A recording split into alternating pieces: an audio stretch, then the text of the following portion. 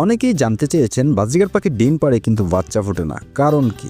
কারণ তো অবশ্যই আছে, হয়তো আপনার পালনে নয়তোবা পাখির। চলুন জেনে নেই বাজিগার পাখির ডিম থেকে বাচ্চা না ফোটার প্রধান 3টি কারণ। সবার আগে দেখতে হবে ছেলে এবং মেয়ে পাখির মধ্যে মিটিং ঠিকমতো হচ্ছে কিনা। যদি ছেলে এবং মেয়ে পাখির মধ্যে সফল মিটিং না হয়, ডিম ফার্টাইল হয় না, ডিম নষ্ট হয়ে যেতে পারে। মা পাখিটি যদি ঠিকভাবে ডিমে না বসে কিংবা পরিবেশগতভাবে চারপাশের ওয়েদার বেশি ঠান্ডা বা গরম হয়, তাহলেও ডিম নষ্ট হয়ে যেতে পারে। যেহেতু এখন গরমকাল, এটারও একটা পসিবিলিটি থাকতে পারে। মেয়ে পাখির শরীরে যদি ক্যালসিয়াম বা পুষ্টির ঘাটতি থাকে, তাহলেও ডিম ফার্টাইল হয় না, সেক্ষেত্রেও ডিম নষ্ট হয়ে যেতে পারে।